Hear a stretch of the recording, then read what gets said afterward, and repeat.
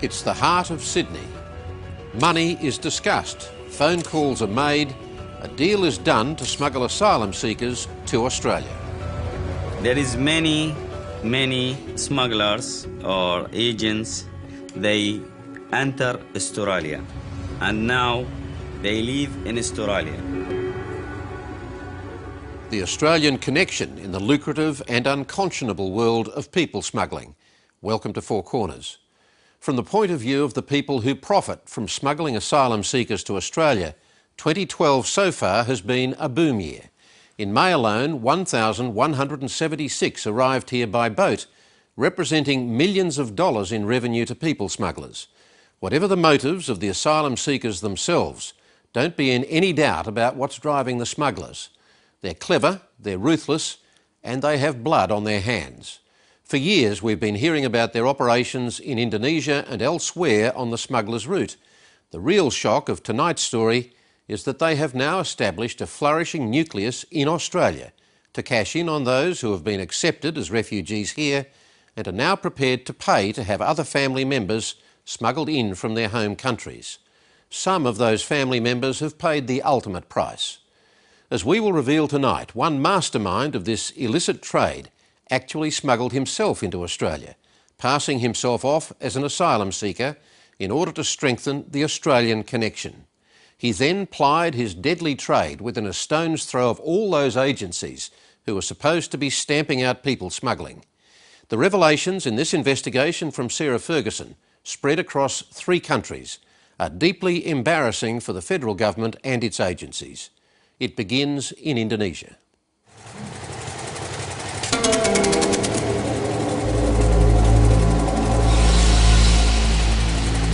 The crowded port area of North Jakarta has been the departure point for thousands of asylum seekers heading for Australia. On November the 14th, 2010, another fishing boat waited off the coast for its passengers. 97 of them would board the vessel that night. Men, women and young children, all doomed to disappear on the empty ocean. وكنت تعبان فقسمتي هيجي هكذا قسمتي أنا. No one knows the name of the lost boat. No one reported it missing. The people smugglers who sent the boat lied about the loss to collect final payments from the relatives. We rang him back and said we paid all the money, and he didn't call us back anymore. He said, well, that was it. You don't know us and we don't know you. While reconstructing the journey of this lost boat, we uncovered evidence of how the people smuggling networks in Indonesia have spread to Australia. A discovery that would lead us to one of the most powerful smugglers now based here in Australia.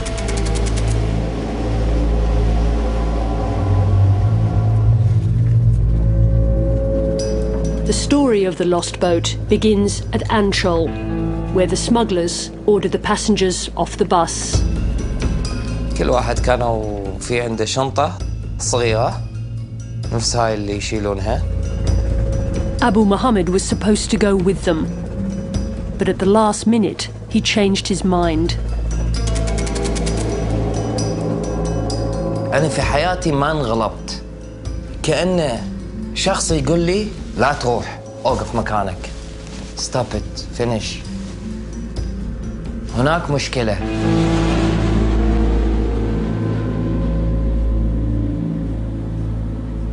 In Cologne, Germany, Shafika got a call from her brother Abdul, one of the passengers. Dann hat mich und meinte, wenn wir im Boot sind, dann müssen wir das Handys abgeben. Und dann, ich darf nur einmal anrufen und der von dem Telefon von der Schmuggler.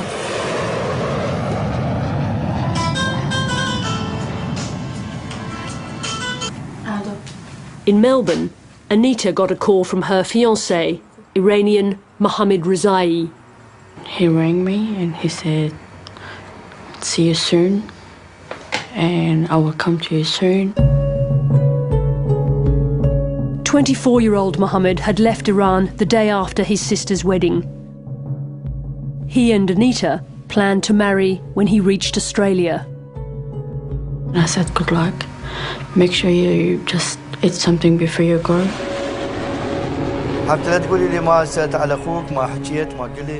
Yahya Al-Kazmi was waiting in Melbourne for his brother Ayad, Ayad's wife and their 2 daughters, Hiba and Huda. Were you excited to think that they would come to Australia, you would see them living here with you? كل واحد يتمنى أخوي كل شخص. عليكم سلام عليكم. قولي سلم على باجي سحر. سلم على باجي سحر. وبعد وعلى أهل استراليا. على أهل استراليا. وأريد أقدم. On a trip back to Iran, Al-Kazmi filmed his brother Ayad and family saying goodbye before they left on their fatal journey to Australia.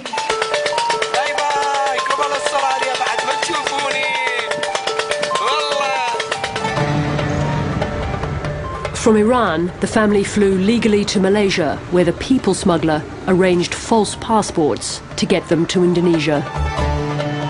أخذ $10,000 بعدين سوى لهم جواز عماني. الجواز العماني راح له طاروا بي من ماليزيا إلى إندونيسيا.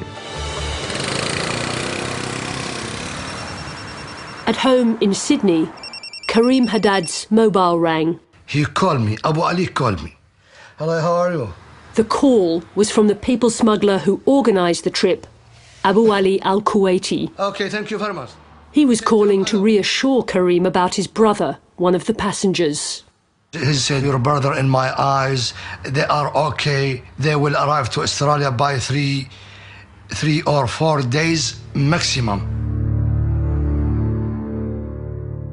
Karim's brother Ahmed had travelled from Kuwait. He needed help on the boat because he was almost blind. Why did the smuggler call you? I don't know. Maybe my brother gave him my mobile number, or maybe my brother, he's afraid from inside. By the time the passengers boarded the boat, night had fallen. 97 passengers had been recruited mostly from Iraq, Iran and Afghanistan by a network of agents working for Abu Ali Al-Kuwaiti and another smuggler. In the same year, 2010, Four Corners had been in Indonesia tracking down Abu Ali Al-Kuwaiti. Using a hidden camera, we filmed the smuggler in a restaurant in Jakarta.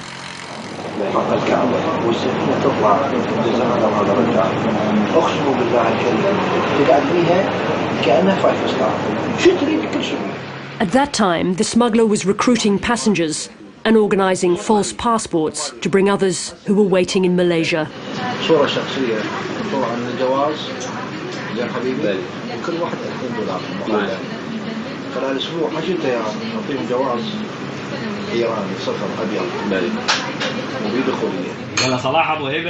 The secret filming in 2010 was done for a spy Iraqi refugee, Hussein Nasir.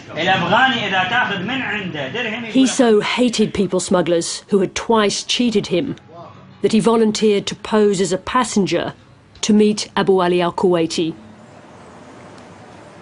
Now living in Australia, Hussein was determined to work with us again.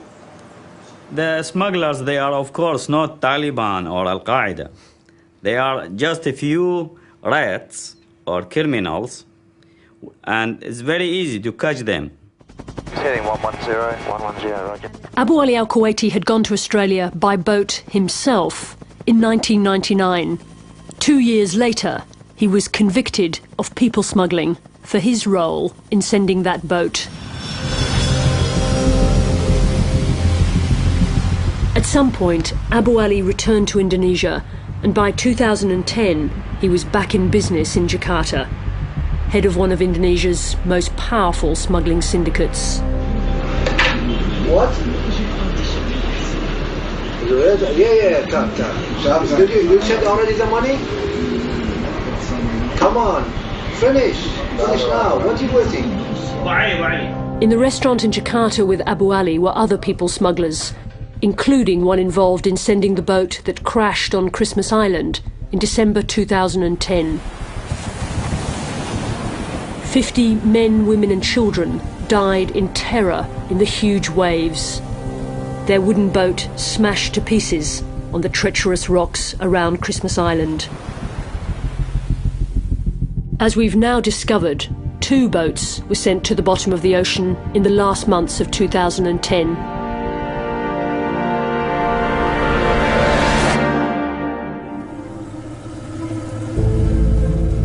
In November of that year, the first of those boats, this one doomed to disappear, pushed off from the shore. On board in the dark, some of the passengers were allowed to make brief calls to their relatives. I said by Arabic, Allah ma'ak. That's mean God bless you. In Germany, Shafika received the last known call from the boat. Weil ja laut war, dass die Geräusche von den Menschen war, dass man Kinder, Leute, Frauen, Männer, hat man alles gehört. Er meinte, das ist viel zu viele, das ist viele Kinder, viele alte Leute, ganze Familie sind hier. Das ist bestimmt ungefähr 100 Leute hier. Ja, aber ich weiß die genaue Zahl nicht. Und er durfte auch nicht mehr reden, dann hat er das Telefon wieder abgegeben. Her brother, Abdul Hai, had left his wife and 5 children in Afghanistan. He was on his way to join his brother-in-law in the Victorian town of Shepparton. They was very good person, very good for family, very good for sister, very good for mother. All the time looking after the mother. 3 days after the boat left Indonesia, the smugglers' agents rang the relatives in Australia to tell them the boat had arrived and to collect their final payments. They said, yes, the boat arrived, but he's on the sea now. So maybe after 4 or 6 hours, they bring it, the Navy, Australian Navy, bring it to Christmas Island. I was so happy at that day. I worked a lot. I didn't know how, what to do. It was so exciting. Anita believed she would soon see her Iranian fiancé, Mohammed Rezai. He said, congratulations, your passenger arrived in Australia. He's in Christmas Island. And that's it, just send me money. Send me my money? Yes. Her sister, Azita, was given the details. They said, you guys have to pay the rest of the money. So I give you the account, the person who is in Iran, so I can pay to that person and they will transfer to us. In Iran, the fiancé's father deposited $6,000 into the smuggler's account in the Sadarat Bank in Tehran. In Germany, Shafika was told to pay the smuggler's agent in Australia. Mohammed Ali hat mich angerufen, weil der hat gesagt, ich soll das Geld nicht in Indonesien, sondern nach Australien schicken soll. The smuggler's link in Australia was a man named Mehdi Rezai, living in Noble Park in the outer suburbs of Melbourne. From Germany, Shafika asked her Australian cousin Abdul to pay the money to the agent.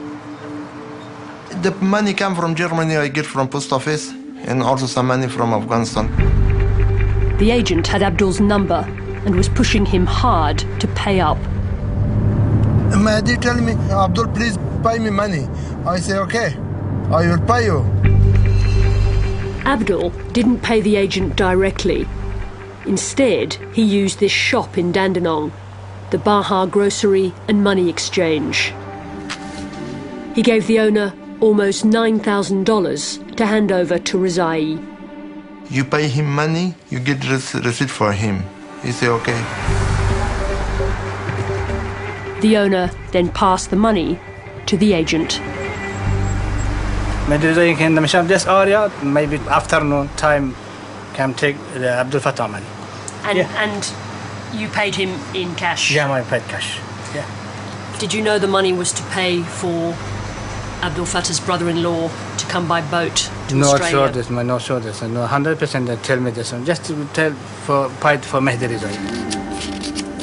Mehdi Rizai counted out $8,850 cash and signed a receipt. It was the last instalment of $36,000 for Abdul's brother-in-law and his two travelling companions. Have you seen Mehdi Rizai since then? Have you ever paid any other money to Mehdi Rizai? No. Just that one time? Just the one time. Yeah. When boats arrive at Christmas Island, the passengers are given access to telephones and the internet to contact their relatives. Weeks passed and none of the 97 people on the boat made contact. Among the missing were the Iranian family Ayad and his wife and children. Ayad's brother Yahya al-Kazemi was so desperate for information, he decided to go and see the smuggler in person in Indonesia. He and Abu Ali al-Kuwaiti had known each other well in Australia. By that time, Abu Ali al-Kuwaiti had been picked up by the Indonesians and put in immigration detention. وشافني قال أهلا وسهلا تعال تفضل تعال ورحنا قعدنا برا مثل وسولفنا بهذا الموضوع عن قضية أخويا. Being in detention had little impact on Abu Ali's smuggling business. من رحنا كأنما هو بيته قاعد يعني ما عنده فد أي مشكلة ويما تليفونات ورجال فتحوا لنا الباب عادي يعني. Abu Ali had made hundreds of thousands of dollars from the trip. He told al-Kazemi there was no reason to refund the money because the passengers were still alive. وقال لي بأنه هاي قضية سياسية حاجزيهم في أستراليا والحكومة الأسترالية حاجزتهم حتى تكون ضجة إعلامية. While collecting their money, the smugglers continued to claim that somehow the lost passengers were being hidden away by the Australian authorities. We've spoken to more than 70 relatives around the world, and none of them have heard from their loved ones. But so desperate are the smugglers to protect their business here, they continue to insist the passengers will turn up. At the beginning of that year, Abu Ali al-Kuwaiti and other top Iraqi smugglers met in Jakarta to discuss expanding their business in Australia. They planned to send a group of their best operators to Australia by boat. Two inside sources have confirmed that those at the meeting at the Middle East restaurant in Jalan Jaksa were Abu Ali al-Kuwaiti, Mohammed Basrawi and his brother Wathik, Abdullah al-Sharifi, and a smuggler known as Captain Imad. Imad, he's the head of the smugglers, the head of the snake. He's very clever, and all the technique of the other smugglers, even we can call them famous, the smuggler in Indonesia or Malaysia, all of them under his technique. The plan was an audacious one, to send the smugglers and the agents together on the same boat, posing as genuine asylum seekers. The smugglers pooled their expertise, how to avoid detection on the way and to deceive the Australian authorities once they arrived, Border Protection, the Australian Federal Police and the Department of Immigration. The man they chose to lead the trip was Captain Imad.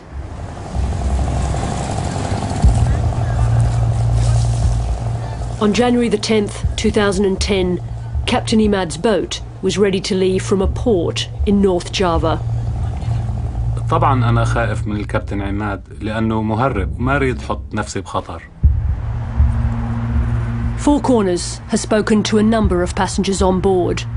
2 were prepared to give interviews. We have disguised their identities to protect them.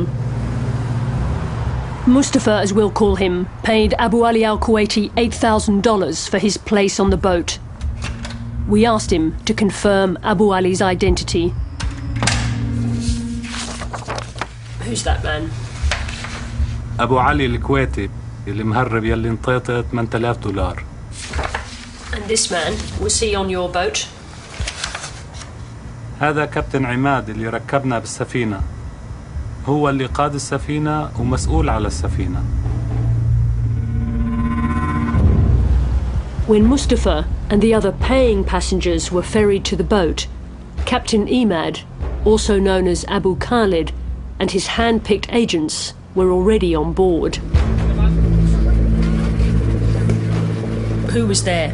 بيسمونا كابتن عماد وعبد الله اليمني ومحمد.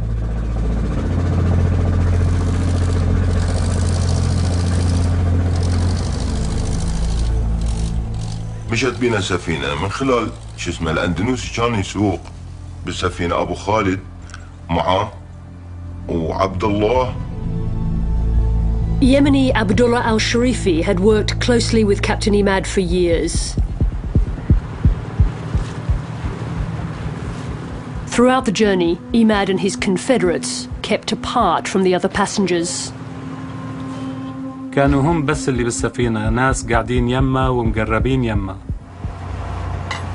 ما حد يوصل يما، ما حد يعرفه. هم بس الناس اللي قاعدين يما يسولفون وياه ويقعدون يشربوا يما الشاي.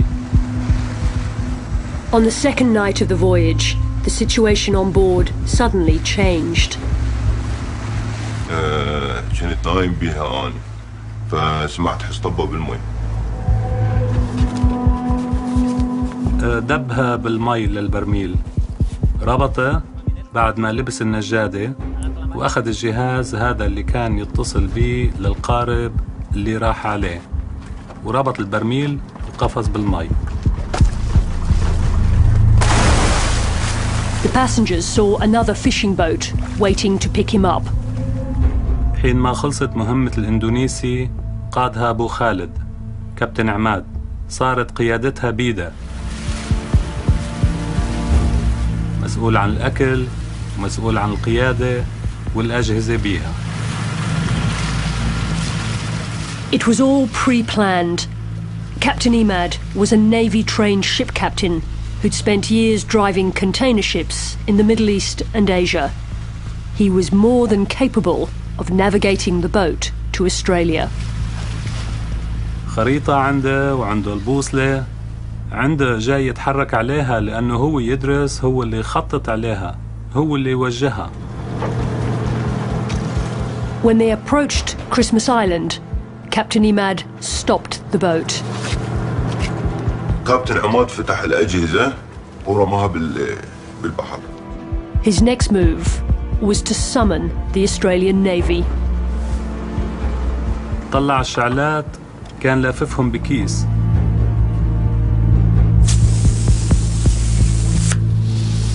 طلع واحدة ولعها بالقداحة وقامت تنطلق واحدة ورا واحدة، وضوت حتى المي ضوت.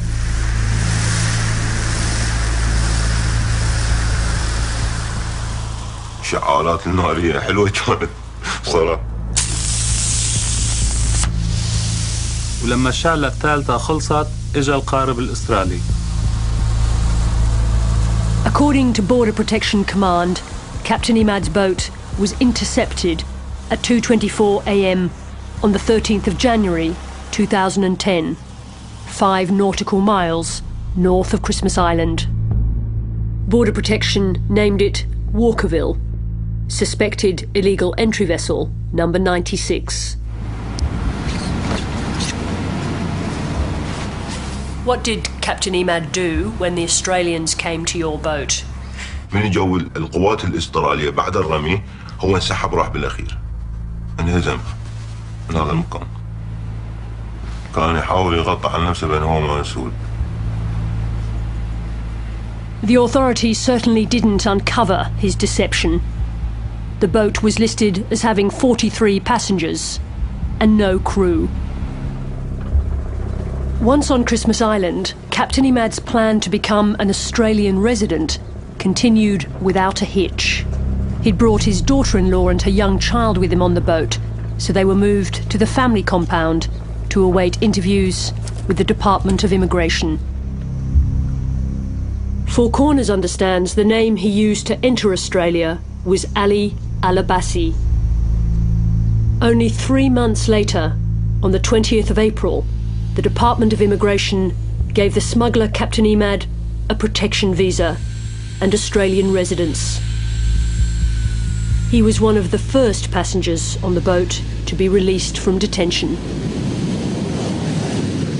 متفاجئ طبعا بالضبط، لأنه أقل مدة هو اللي بقاها بالكامب، وإنه شخص مهرب وشخص عنده سوابق، واللي ناس وياه معاه ومساعدينه وعندهم سوابق بالتهريب يطلعون بمدة قصيرة 3 أشهر أو 2.5 شهور. والناس الأبرياء، الناس اللي ما عندها كل ذنب، ما عندها كل خطأ، فقط 2.5 3 سنوات.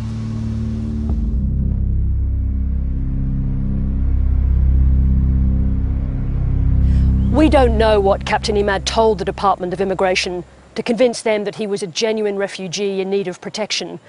What we do know, though, is that before he set up shop in Indonesia, he spent a large portion of his life here in Malaysia, in downtown Kuala Lumpur.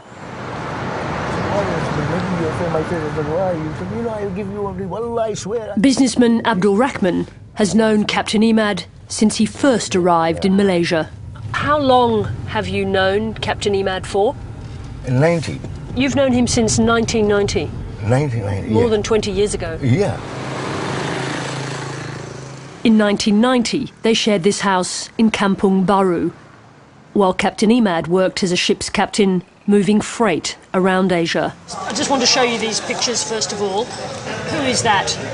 It's Captain Imad, but he's now like an old man. He looks like an old man now. And right, before is.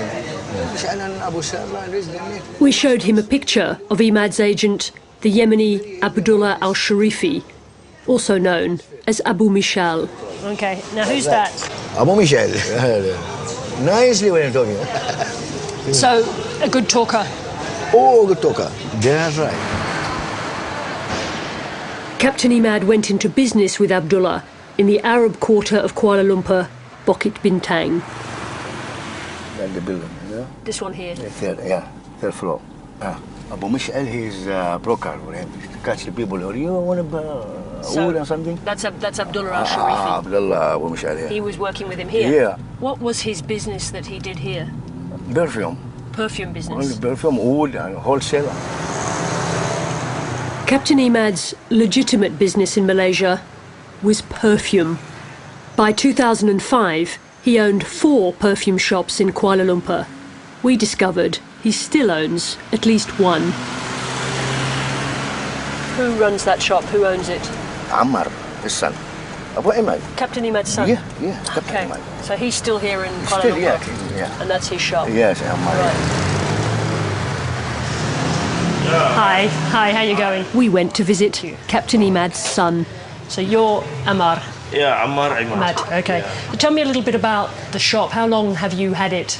I had it around 8 years. 8 years? Ago, yeah. So I'm with my father. It's Together? controlled by the business, yeah. And where is your father here too? Yeah. My father now he went to Iraq. He's in Iraq? Iraq, yeah. Captain Imad is well known in Bukit Bintang. This way? The other shopkeepers were more open about his whereabouts. Have you known them for a long time? Yeah. How long? 20 years. 20 years. Like Imad's son, Salim is also in the perfume business. Yeah, I know him very well, because I know his father. And what's his father's name? Mr. Imad. Imad. And where is he now? Is he here? No, in Australia. He's in Australia. Yeah. Why did he go there? I don't know. Maybe he got some business there. As we know, Captain Imad didn't go to Australia on business, but as a refugee. At the monorail is another of Imad's former shops. He owned this one with Abdullah al-Sharifi. Which other one do you like? This one, golden. Golden. Golden? Yes, golden. Call it? Golden. That one's nice, soft. Yeah. Abdullah's brother Saif now runs the shop. Expensive? Same price. Same price. Yeah. Same price.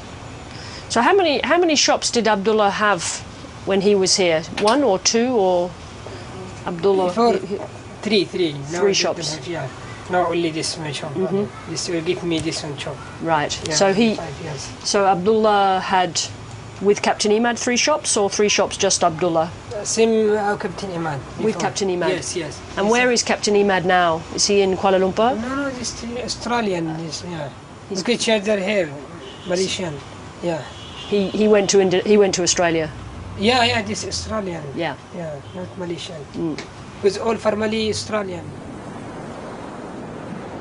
According to passengers on Imad's boat, in the detention centre in Australia, Abdullah al-Sharifi talked openly about his work as a smuggler with Captain Imad in Malaysia and Indonesia.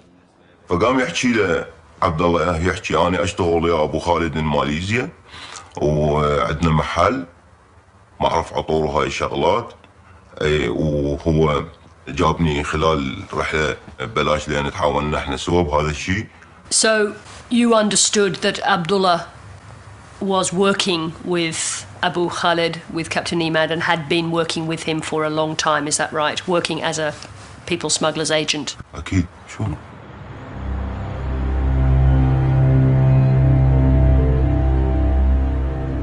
Four Corners understands there were at least 6 agents on board Captain Imad's boat. All of them got refugee status and were released from detention to cities across Australia.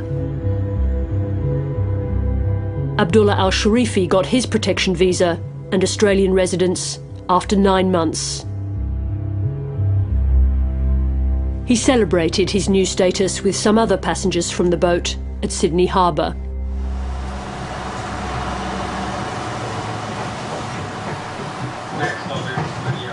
Having discovered the Iraqi smuggling boss had successfully relocated to Australia, we turned our attention to finding Captain Imad and his agents. Working with us as he had in Indonesia, Iraqi Hussein Nasir was determined to expose the networks operating in his newly adopted country. In these few years, there is many smugglers or agents. They enter Australia, and now they live in Australia.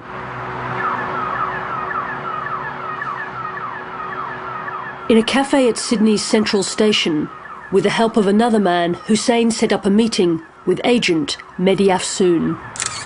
Hussein posed as a relative of family members wanting to come to Australia by boat.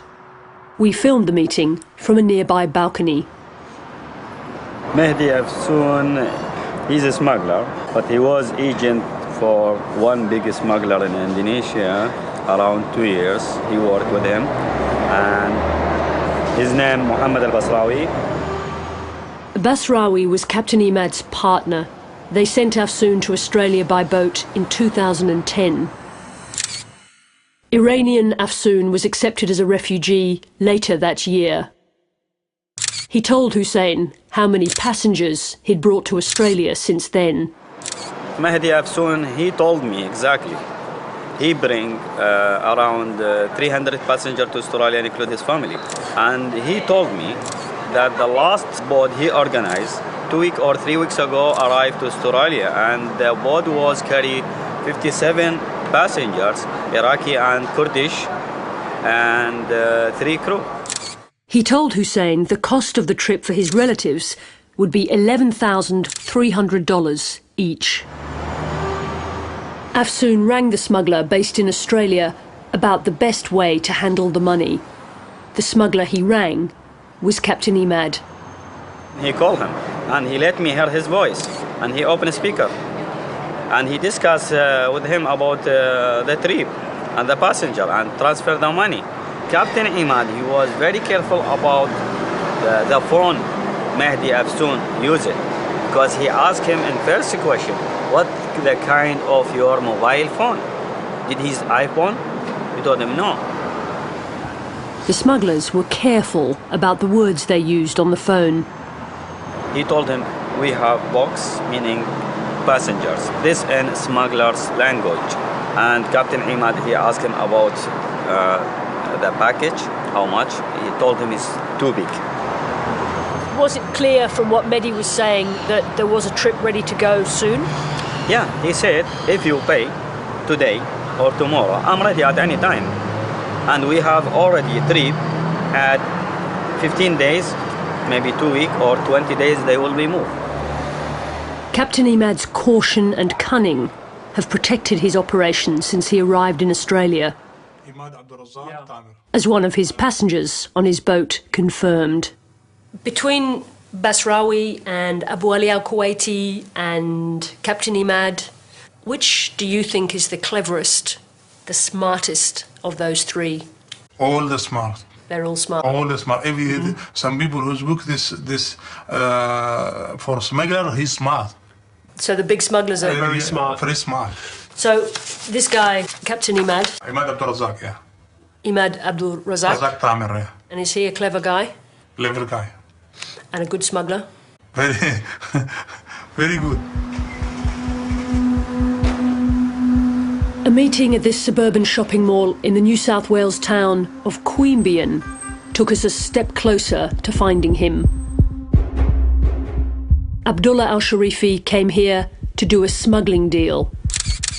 We agreed to protect the identity of the man he was meeting. Inside at Michelle's patisserie, they sat down to discuss the deal.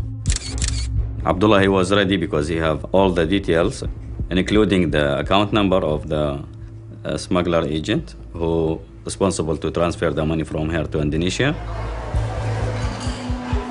Abdullah expected to deposit cash that afternoon. The man who tried to bring his family, he asking Abdullah to give him receipt to save his money. And Abdullah, he refused to give him the receipt. So the deal stopped. No money changed hands, but the unlikely location of this meeting, a few kilometres from Canberra, took us almost to Imad's door. Smart he may be, but none of us could have imagined he would have had the audacity to base himself in the nation's capital. But this is exactly where we found him and his family, in Canberra. Captain Imad sent his wife and children to Australia by boat ahead of him in 2009. Using different names to the ones they'd used in Malaysia and Indonesia, his wife, 3 adult children and their dependents all got refugee status. According to members of the family, they claimed their father had died in Iraq. In the final affront to the Australian system, the adults were all provided with public housing.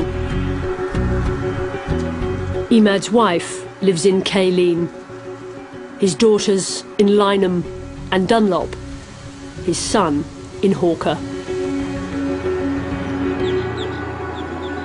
At the Gungahlin shopping centre in North Canberra, the successful perfume shop owner and top Iraqi people smuggler was giving every appearance of leading a modest life, supervising the trolleys. Excuse me? Excuse me? Excuse me, Captain Imad? Hi. I'm Sarah Ferguson from the Four Corners television programme. I want to talk to you about people smuggling. How long have you been a people smuggler in Australia? No, I know. Captain Imad wouldn't answer any of our questions. I don't know what you're talking about. Well, I spoke to some of your passengers who came with you on Wall 96. They told me how you captained the boat. Much better if you can hear me. No. Please. Just answer. I have work to do. So don't do disturb me. So do I, Captain Imad. I have work to do. With a number of passengers. And you were the captain of that boat. Perhaps I could come to your house later.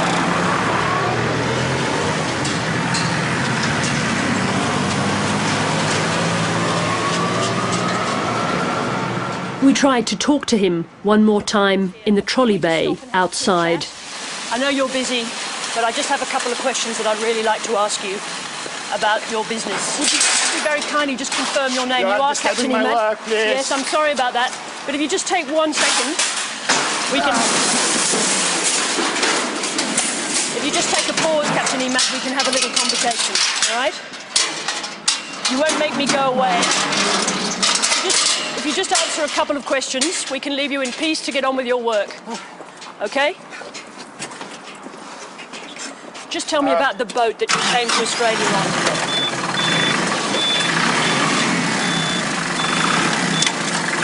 Or we can try and make an appointment at your house. Captain Imad disappeared with his trolleys in tow. It was the last we saw of him.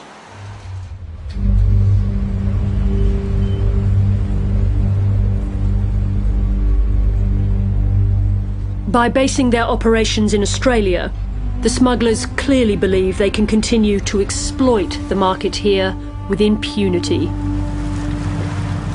even with the blood of hundreds of dead on their hands.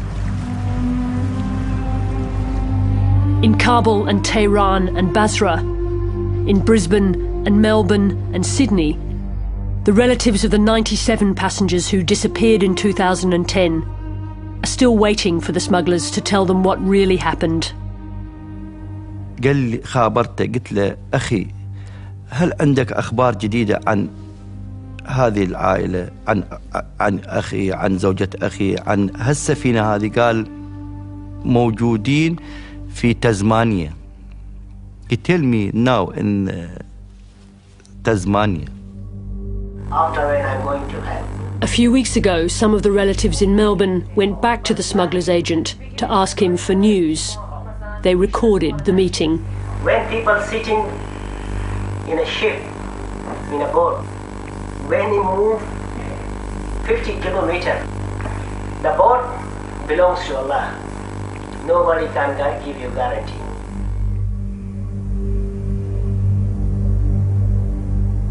Anita keeps looking for a sign that her fiancé is alive.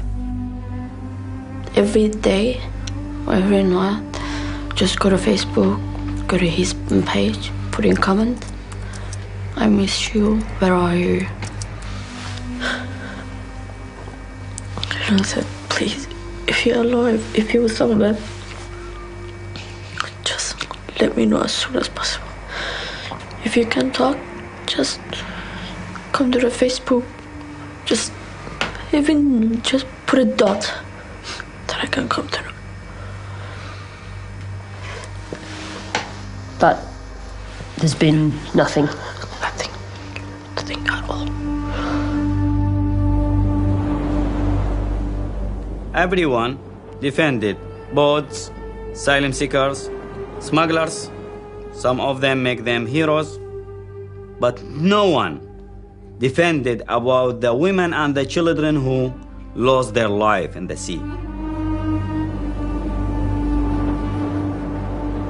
And as long as the trade here continues to flourish, with willing passengers and smugglers to exploit them, more deaths will surely follow.